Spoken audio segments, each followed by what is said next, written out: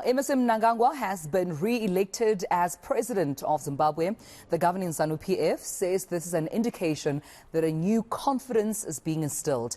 But the leader of Zimbabwe's main opposition, that's Chamisa, is rejecting the result. SADC is also not endorsing the poll, saying it did not meet principles of free and fair elections. So let's get some reaction now from political analyst Misheck Mugabe joins me for this conversation. And Misheck, thank you for your time and a very warm good morning to you. A surprise, Emmerson Mnangagwa winning by 53% according to the Zimbabwe Electoral Commission. Your view, your response. Thank you so much for having me. Greetings to your viewers at home.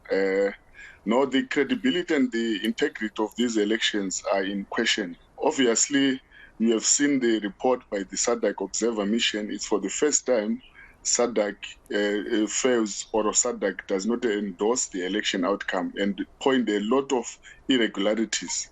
And because it's for the first time, people now are taking a lot of interest on what then might be the future for Zimbabwe, considering that what happens in Zimbabwe affects what happens to many other SADC countries. You know, the immigration crisis, you know, the economic challenges that Zimbabweans are going through.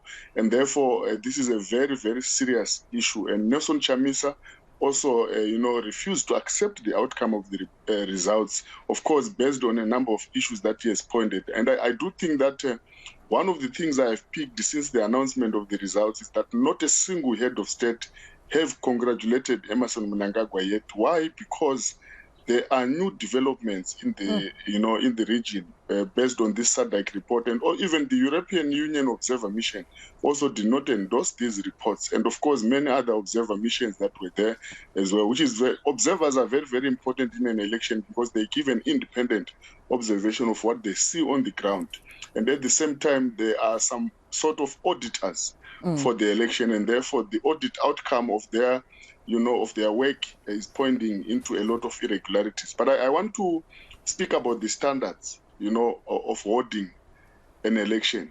An election must have free and fair campaigning for candidates, and that has been a problem because Nelson Chamisa's rallies were being banned. As we have seen, there was no proper access to political market for all the players that were on the game. Number two, there must be a peaceful environment, for elections to be free and fair. But if you have checked the reports that are coming and what we have been seeing on the ground, is that some of the observers were being arrested, some of the contestants, they were being intimidated, some of the voters were being intimidated by what is called FAS, which is some sort of state operative. So that is a problem. The third issue, there must be equal media coverage. And if you look at the state media, it was only broadcasting rallies of ZANU-PF and a few political parties, but the one for CCC and other parties were not being broadcasted, and that is a problem. But the fourth issue is the ballot itself. It must be democratic process. The counting must be open, and the tallying of votes, it must be open and fair and democratic. Yeah, but that and Misheck, if I may just come in there as well, because those are some of the irregularities that have been pointed out by the observers, and also, from other countries following with international media. Definitely there were discrepancies there seen and identified. We do know that in South Africa, there are Zimbabweans that are planning on marching to the Zimbabwean embassy out in Pretoria. Do you think this march will be effective? Do you think this march by Zimbabweans will send a strong message to the Zimbabwean government regarding these elections? Yeah, no, I did not hear your question. Can you just repeat? No, I was just asking, Misheck, with the expected march, the protest march to the Zimbabwean embassy expected today by Zimbabwean nationals right here in South Africa, do you think this march will be effective in sending a strong message of rejection to the government of Zimbabwe?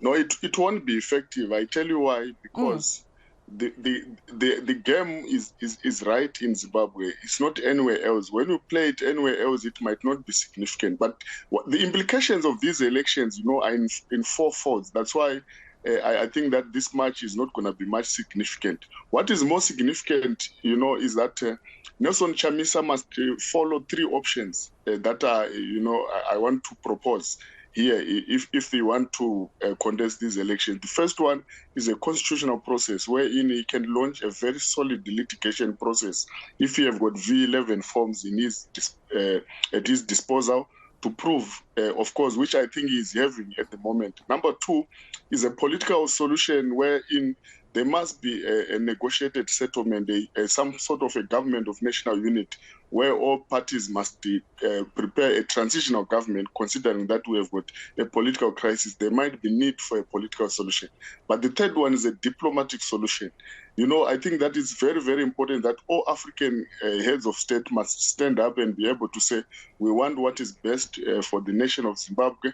The country has gone through a lot over the years and we want a solution. So I don't think that this much might be a solution. What is a solution is right inside Zimbabwe, not anywhere else. But just my last question to you. Obviously, even with the suggestion you're making, Nelson Chamisa follows with regards to processes, should he want to challenge these election results, surely Emmerson Mnangagwa and the ZANU-PF would not let this line down without a very strong fight back to remain in power. No, most definitely they will fight back. You know, it's a strong regime.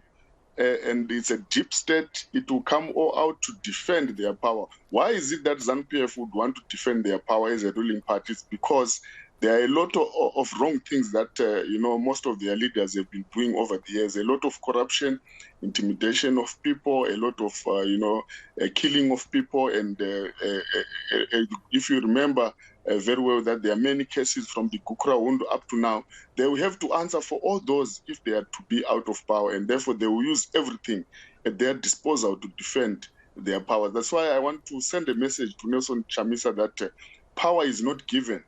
Power is taken. Nelson Chamisa knows what needs to be done if he wants to be in power. He must not be too soft when he's dealing with a regime, because a regime is a military regime and is very strong and it will go all out. But the implications of these elections, I just want to raise for your viewers, is that... Yes, briefly, please, Misheck.